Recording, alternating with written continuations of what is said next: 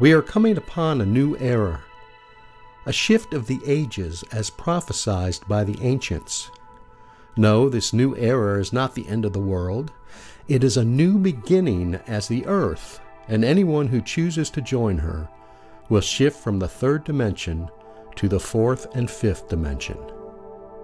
Sadly, most people aren't ready for or even aware of this shift. But alas, it is still happening.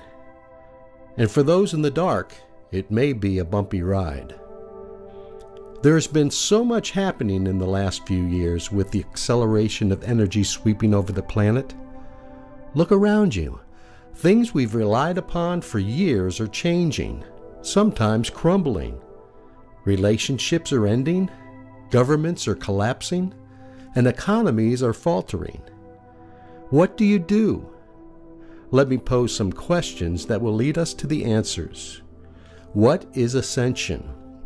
What are dimensions? And why isn't everyone going to go along for the ride? The word ascension has nothing to do with what is described in the Bible. No, ascension has more to do with creating your personal reality and jumping timelines. Think of timelines as possibilities. The word dimensions describes states of consciousness, and like timelines, they're available to anyone who is vibrating and resonating with a particular dimensional frequency. So dimensions aren't locations, and ascension isn't a type of movement you do to get from one dimension to another. And to define dimensions as either third or fourth, or lower or higher, really do not serve our purpose here, because ascension is really about expanding consciousness. So you're really not going anywhere. If anything, think of this shift as all of us playing the 3D game of life with its rules and regulations, and now having an opportunity to play a different game with new rules, new regulations, and a new awareness. The timeline we are presently experiencing is indeed our creation, both collectively and personally. Collectively, humanity has manifested a reality reflecting the conscious and unconscious beliefs we hold as players of the game of third-dimensional Earth. We play by the rules of this dimension.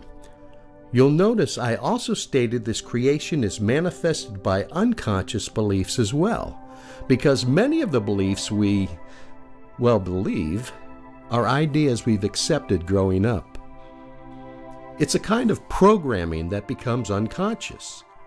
We accept these thoughts as truth because some authority figure, be it our parents, religions, governments, science, the media, etc., they told us that this is how reality is. And yes, it seems unbelievable, but the timeline you are experiencing is only one of many possible realities available. It's only been within the last few years that people are becoming aware that the reality they've come to know is something that can be changed consciously. You see, people are basically living in a kind of time loop. They default to life. It becomes automatic. Life becomes a habit they repeat over and over. What has happened in their past is remembered in their present and then projected into their future. Life is experienced over and over again, and very little changes. In fact, up until recently, it has taken a generation, or about 21 years, for any kind of expansion of consciousness to take place. And when it does, it's pretty much more of the same with different fashions, hairstyles, and more technological achievements that are supposed to make us happier. You know the story. People wake up every day, kiss their spouse and kids, do a 9-to-5 job, act normal, buy the latest and greatest advertised thing, watch TV, obey the law, and repeat the whole thing day after day, year after year. Again, ascension in its simplest form is an expansion of consciousness and awareness. It is a process of removing limiting beliefs and living your own truth. That means throwing out thoughts and beliefs that no longer serve you. It means letting go of the past, not worrying about the future that hasn't arrived, and becoming very present. Yes, living joyously in the now, and the next now, and then the next. Then repeating that day after day, year after year. To accomplish this, you're required to take a leap of faith, to leave the fears behind and venture into the unknown.